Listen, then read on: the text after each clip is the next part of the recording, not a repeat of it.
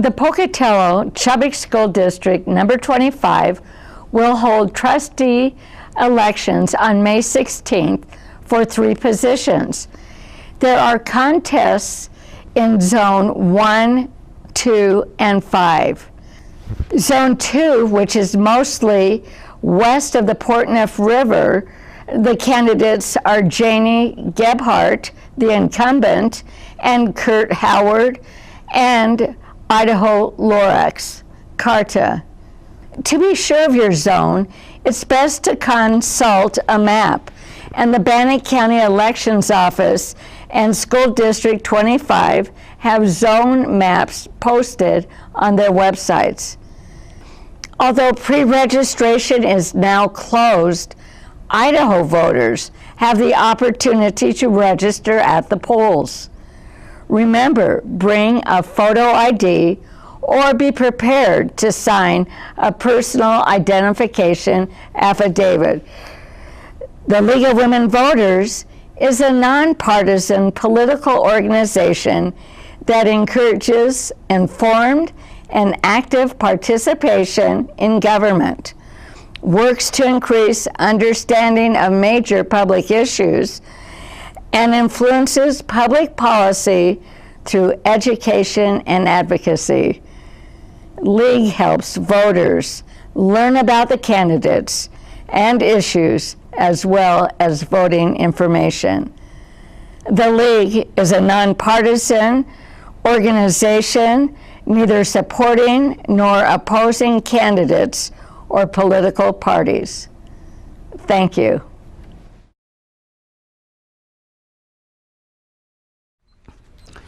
Why are you running for the school board, and what are your qualifications?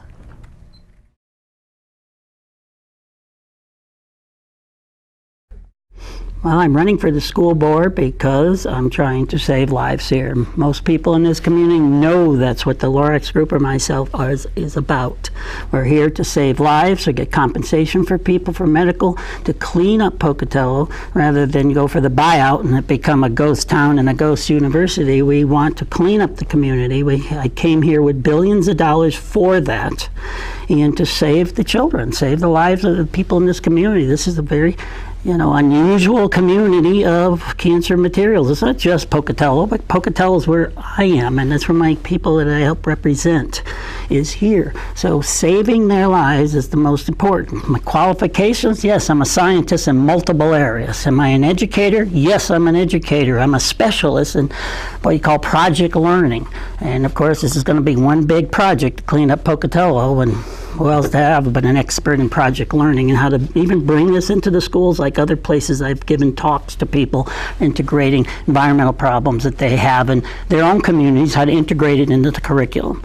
And this would all be a win-win situation for people that when we do it that way. Okay, the university included, becoming leaders instead of people that are covering things up. So it's important that the university's on board, and I have talked with the university. I met with some of the staff of Bayless, so we're here to clean up this community, a radical change in the community, one that those people who are used to living with uranium will have to decide maybe it isn't such a good idea after all. That maybe we should get rid of the materials here, especially since the data is there, it's uploading, it's going to keep uploading, it's on the school still. It should have been removed when I was here before. Was I here before? Yes, I was. I was the scientist that helped get it illegal and expose what it was, and I'm just back here to help people finish the job. So Mothers Against Death is the people that you'll hear more about to clean up Pocatello and Chubbuck. How can the school board be accessible to the community and best communicate with constituents?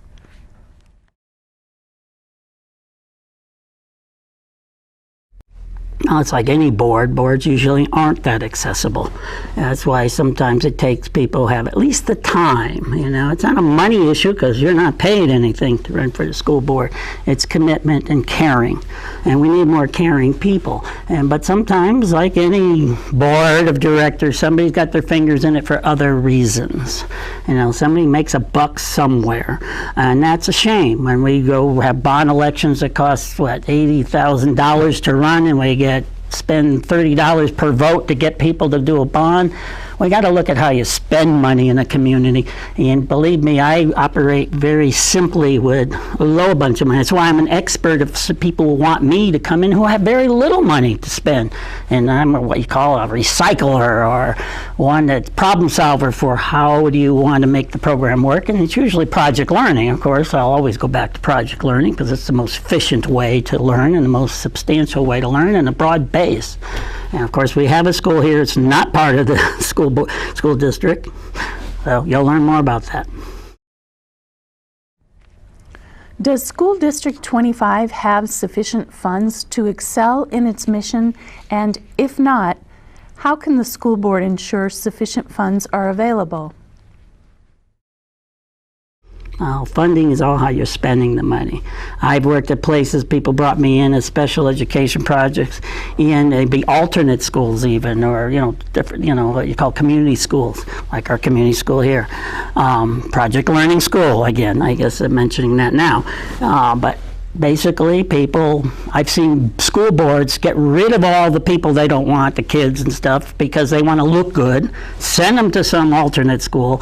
I come into the picture, brought in with experts and myself, and we turn the whole thing around, and then they attack the school because our kids exceed and do it very, very quickly. So problem solving, how we learn, we burden our kids. We burden them with just the technique sometimes of how we teach. You know, we don't give them that freedom, and teachers aren't trained. Well, they surely weren't trained when I was in it, but now there's a bit more of how to integrate groups in project learning and how to adapt it even to curriculum standards.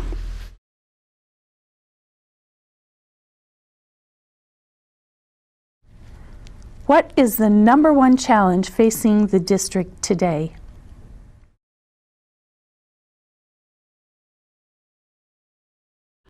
Well, the #1 challenge, of course, is we got to put health first. And I'm talking the safety of kids even picking up and bringing deadly materials into their schools from their own school or their neighborhoods.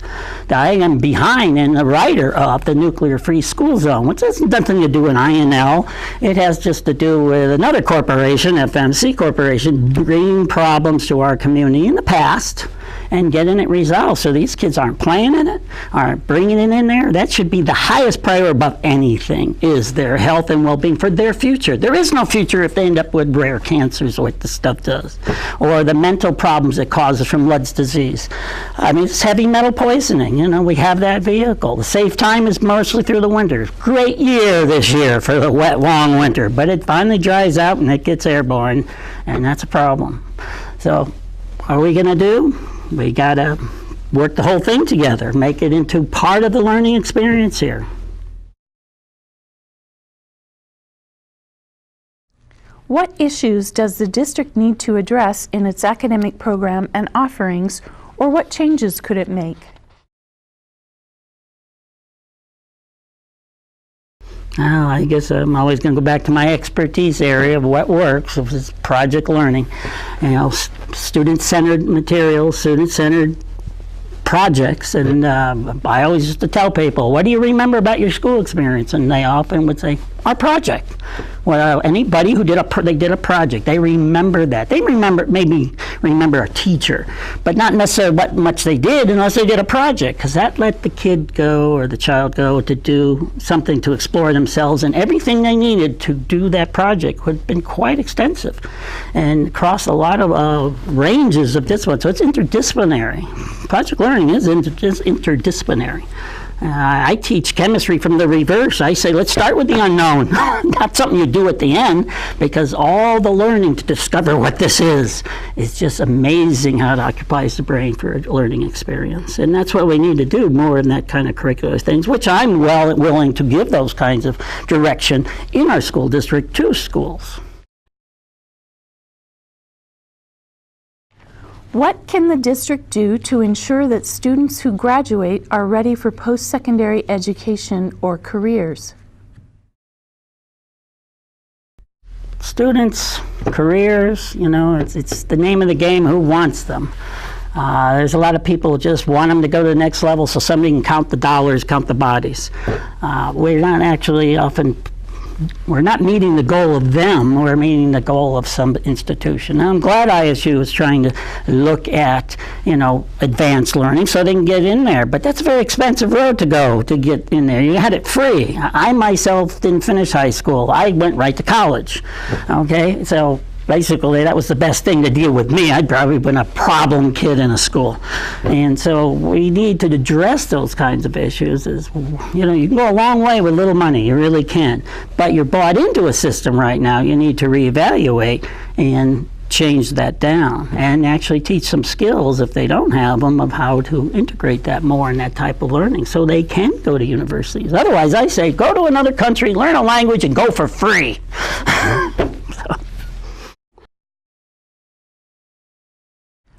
How can the school board help ensure that children are reading proficiently by the end of 3rd grade?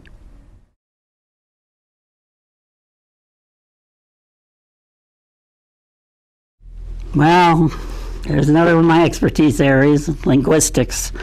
Okay, I've taught in projects in other countries for them learning American language.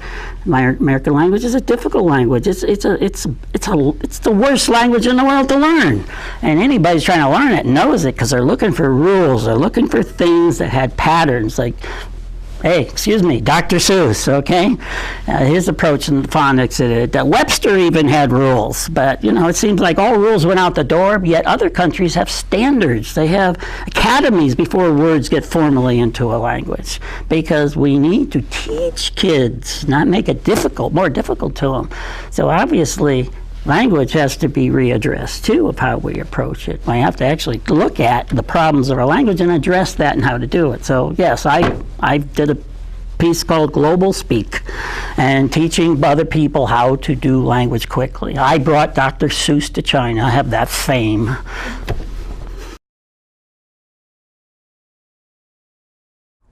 What specific steps can the school board take to get families and the community involved in education and the schools?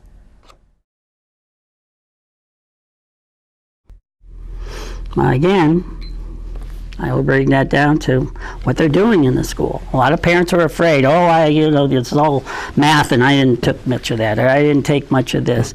But a project is a little different thing. You know, a child may pick a project that's related to their life and their home. Maybe their mother or father is what they do, or, you know, somebody, it's more related. And so there's going to be help that the parent can then be included in. And so parents being involved with project learning is really healthy, and it's one way that parents will actually engage. Otherwise, they say, I don't know nothing about English. I don't know nothing about that. I don't know the internet. Well, you can if you start helping in the areas where you can.